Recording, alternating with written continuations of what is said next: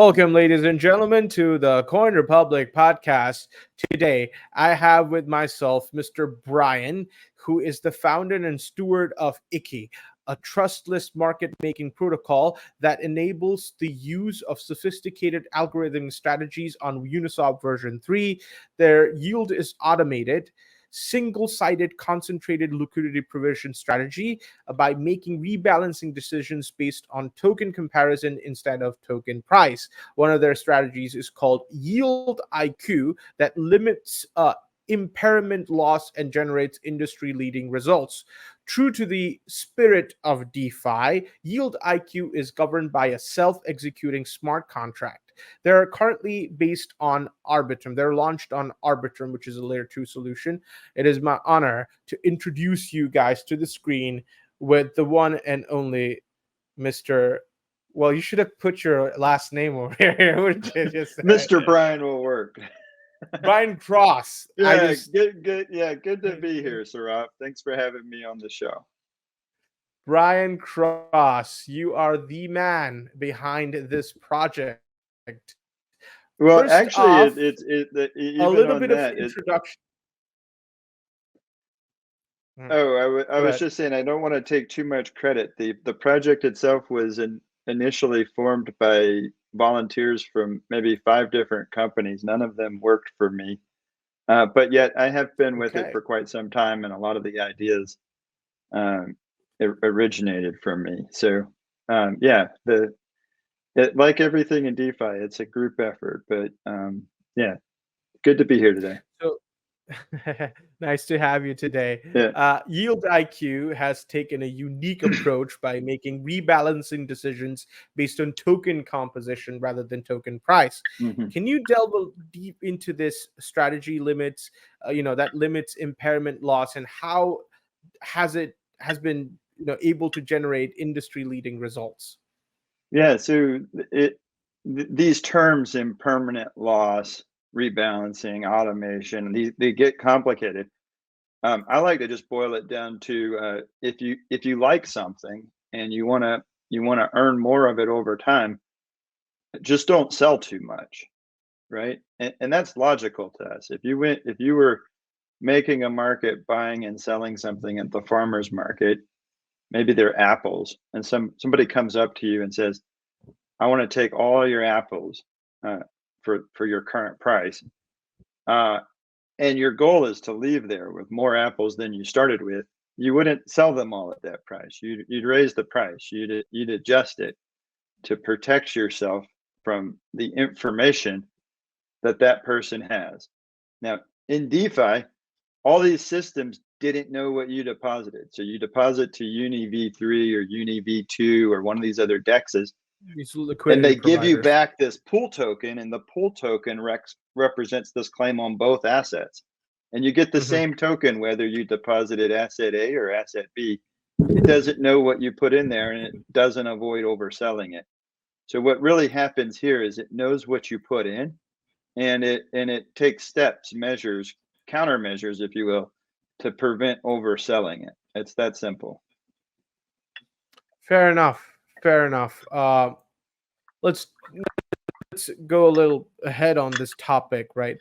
The emphasis on YieldIQ being governed by a self-executing smart contract is quite intriguing, to say the least, right? So how does this ensure impartiality, decentralization, and most importantly, trust for other users in the DeFi space?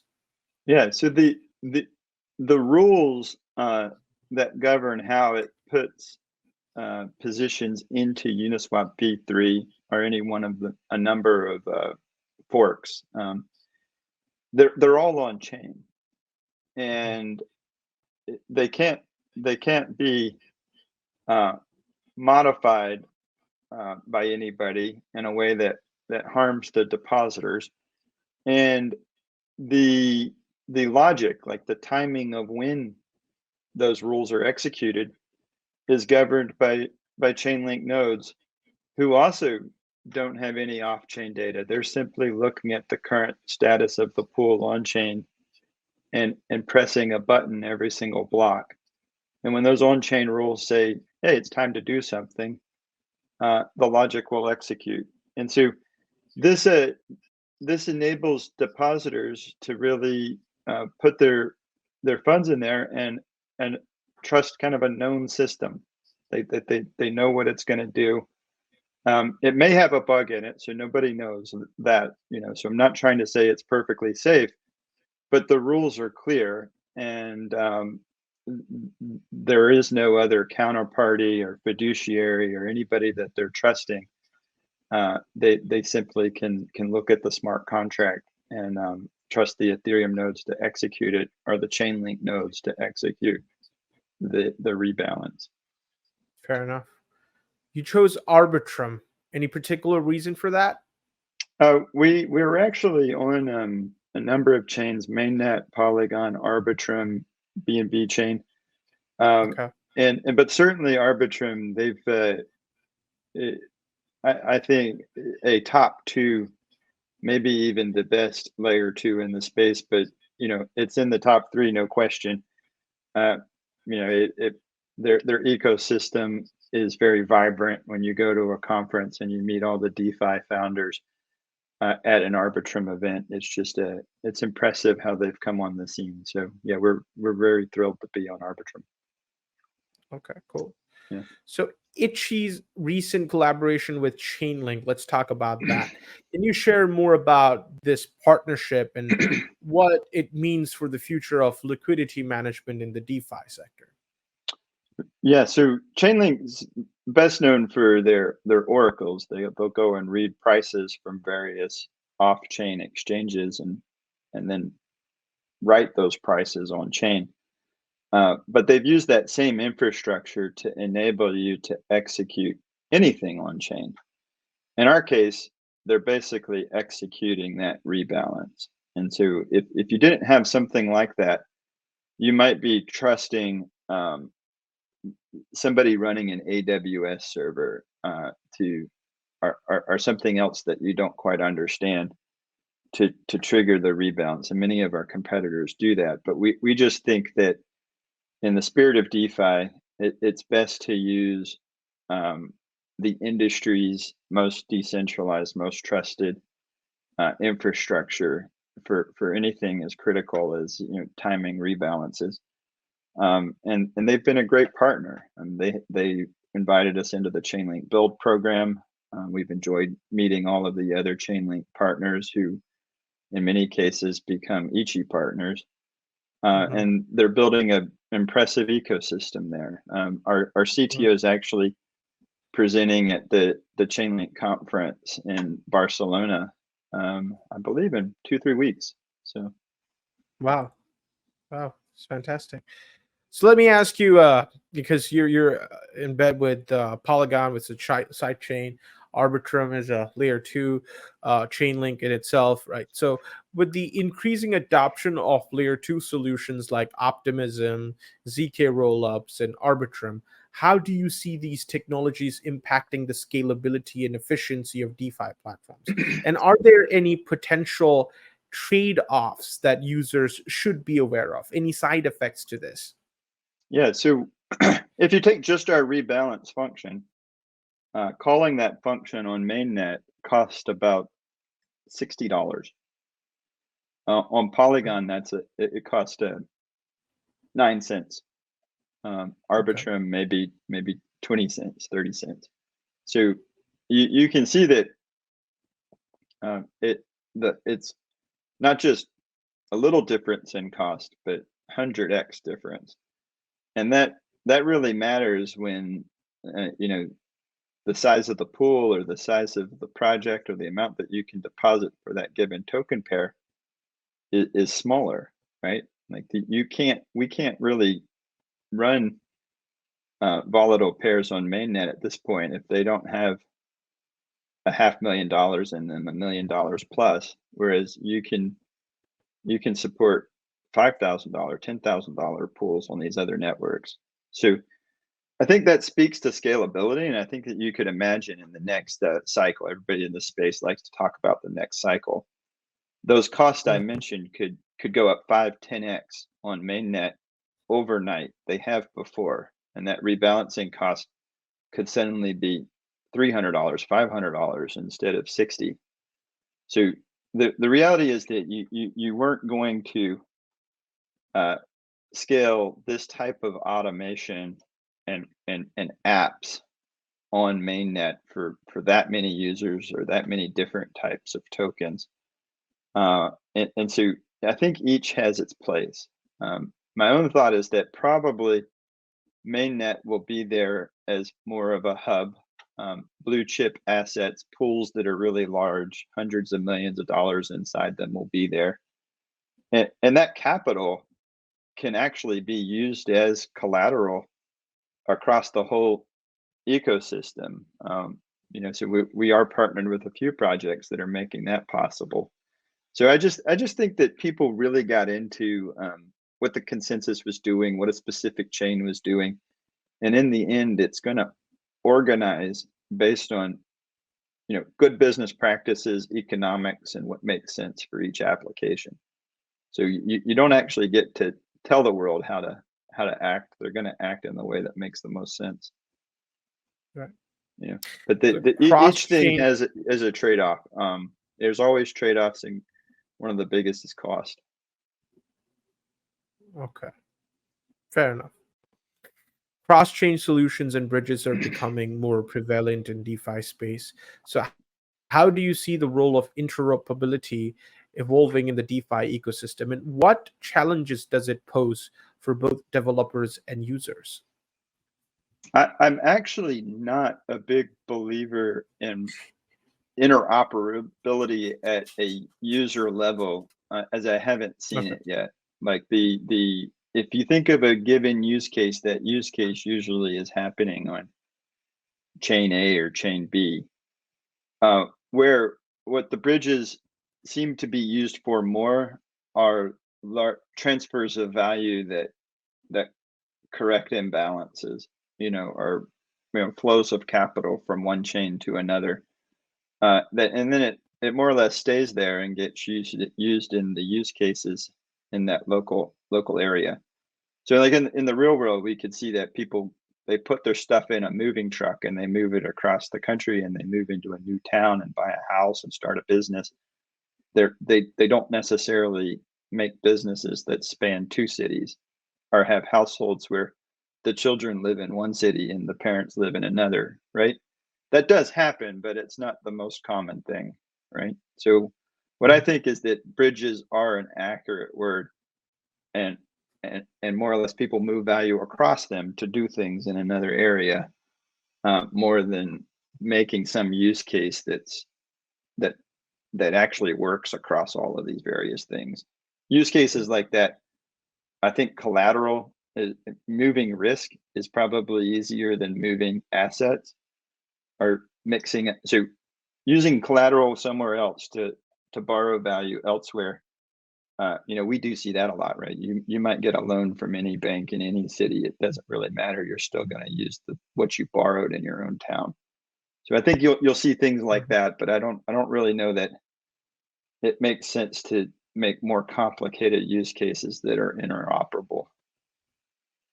Mm-hmm. A lot of experience as well, from IBM to Amazon to Hedera. What prompted you to develop the Ichi protocol?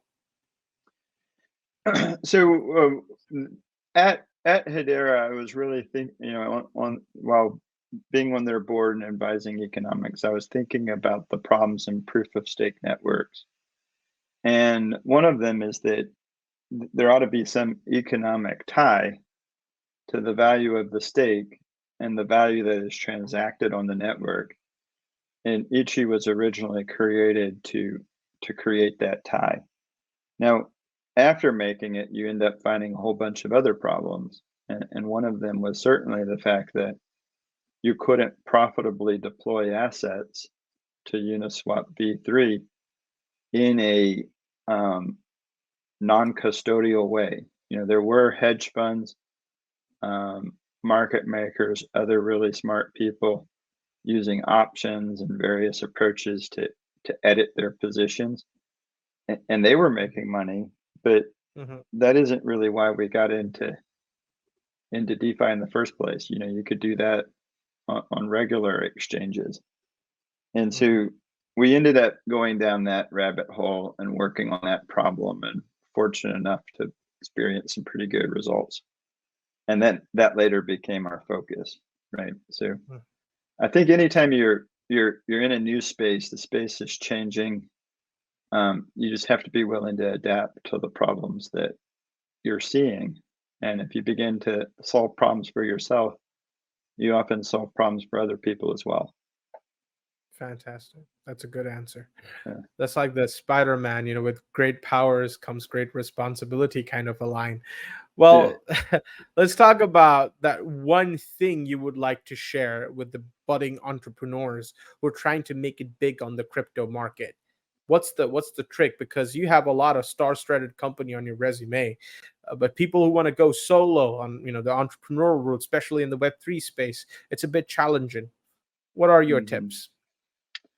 Well, I think that in any space, there are probably a few behaviors that can help you. One is approach things with a lot of humility, right? Like you think you know the best way, but all around you you're getting feedback, and if the market's telling you, well, this isn't working, if you need to listen to that and adapt. So I think that, and then the second is you in your given space, you need to be willing to dive deeper than anybody else, right? So look for problems, keep asking why, digging deeper until you find some sort of problem that ends up connecting, you know, actually causing a lot of different issues, and you begin to find something that you should really work on and solve. And then yeah, so I think, and then a strong bias for action. Like you find it, you need to work on it now, and you need to move fast because speed really matters, right? You can, a lot of these things, you know, they are reversible. So if you go down the wrong path, you can back up, make the other turn, but you only learn that by actually just moving quickly. And so but at the same time, and this is the tension, you have to move safely. And so the heavy focus on auditing, on getting many different opinions and many different looks at what you build, at testing with real money in it, so that you find out if people you didn't know can find problems. These types of things also just make the system safer. So there's a lot in the space. It's a very complicated space. It's very messy right now. That is what creates the opportunity. But yeah, you have a lot of competing tensions in trying to chase it. Sure. So can we go back to the basics? What are the use cases of Ichi tokens? What can users expect if they avail of your tokens? Yeah, so we've actually we've become very B2B oriented. Most of our customers are other protocols at this point. And in fact, Ichi itself is nearly fully decentralized, if not all the way there. So the protocol is out there. It doesn't really need to pay for anything anymore. It just works. And instead, there's a group of companies building on top of it. So companies or projects. These include like the Retro AMM on Polygon, Ramses on Arbitrum, a few others I can't name on BNB chain, and Polygon's ZK-EVM is going to be zero. These other organizations are actually the go-to-market for Ichi now. They build on top of the protocol. They embed these strategies into their AMM, and that's really where you access the tech, or even the token itself. And then the token is really in the hands of the people who have it. You know, they can govern the system with it, they can vote with it, etc. All right. So, what type of strategy does Ichi uses for rebalancing, and what do you mean by healthy state, over inventory state, under inventory state, high volatility state, extreme volatility state? What are these different states? Yeah, so in that on-chain contract that's trying to, protect what you deposit and respond to conditions, there are maybe 20 plus parameters in there. A lot of these are around, they're in just a couple of categories. One is something weird going on in the pool? Has the price changed a lot more than normal? And can we trust the current state? And normally the answer to that is no. Do nothing is the outcome. It just wait for the ripples to die down or things to stabilize. Another parameter is really the composition, and that's what those inventory ones are talking about. I mentioned earlier, if you have something and you want to grow it, you want more of it, you don't want to sell too much of it. Now, in so if you sold too much, that would be under inventory. I don't have enough of these left. But you also want it to be used in trading. So if you never sold one, you would never get paid a trading fee, right? Okay. And so if you have too many, then that really just means you don't. The rules need to loosen so that trades are easier and you earn more trading fees. So that's what the system's really doing, is it's trying to balance these concerns in not ways that we made up, but ways that we back tested and found previously worked best. Yeah. And you don't know what will happen in the future. I mean, any one of these tokens could go to zero in an instant, and that wasn't in your back test. But if the future behaves like the past, the strategy is pretty well optimized for that. Yeah. Interesting. Yeah. Interesting. So a recent news about the Banana protocol resurfaced about the bug in smart contract. What type of practices do you think a smart contract platform should use to create maximum value for their investors? Yeah, I'm not super familiar with exactly what went down with Banana. Do you have any additional details there? But yeah, I mean, so it's like what happened with one of those DeFi protocols a couple of days ago. What was that name?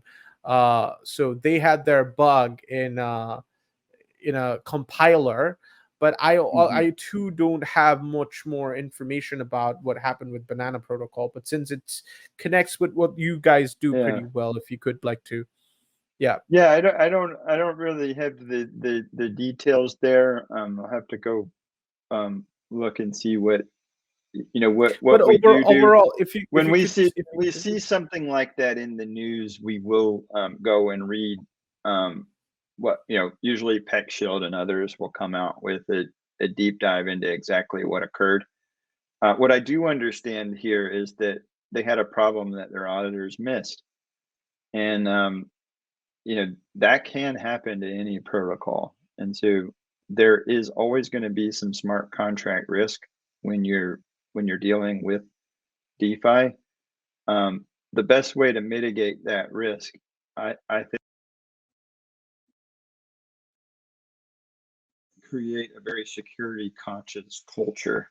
So you need to have developers and leaders technically who insist upon testing everything, right? And so if your test can normally catch the problems if you completely cover it with tests, long before you go to audit. But then audit is this last step where I fully tested it. We've rigorously tried to find any problem with it.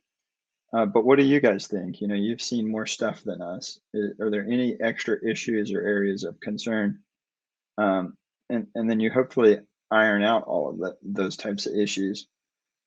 Normally, when you find a lot of problems in a contract, it's because you've been moving too fast and you're not being careful enough, right? And you're not doing enough testing. Yeah, well, most of the attacks that happened on the compilers and bugs, right? Uh, we oughta go back to the basics of decentralized tenants, right? We gotta have to make sure that no matter what happens, security, scalability, and the blockchain trilemma, right? The security, scalability, and the transaction stays safe, because without it, decentralization wouldn't be perfect. And I know everybody's trying to maintain that equilibrium, but these sort of attacks are definitely making headlines every now and then. Only thing from a news perspective we can say is that, well, you gotta have to be safe and diversified, even within crypto. That's the only way we could, safeguard ourselves. Diversification. Yeah, Right. that certainly, the old adage, "Don't put all your eggs in one basket," right? Yeah, Basket. Absolutely. yeah. Absolutely.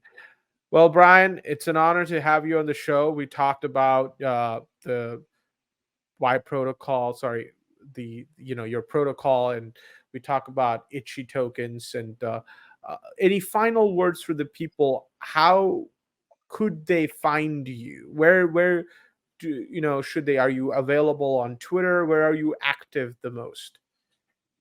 Yeah, you can follow me on Twitter, or to reach out via our Telegram or Discord. Yeah, thank you. Fantastic enough. All right. We'll see you Okay, guys on the other side. You gotta have to okay, stay. appreciate it. Okay. Just a second. You gotta have to stay.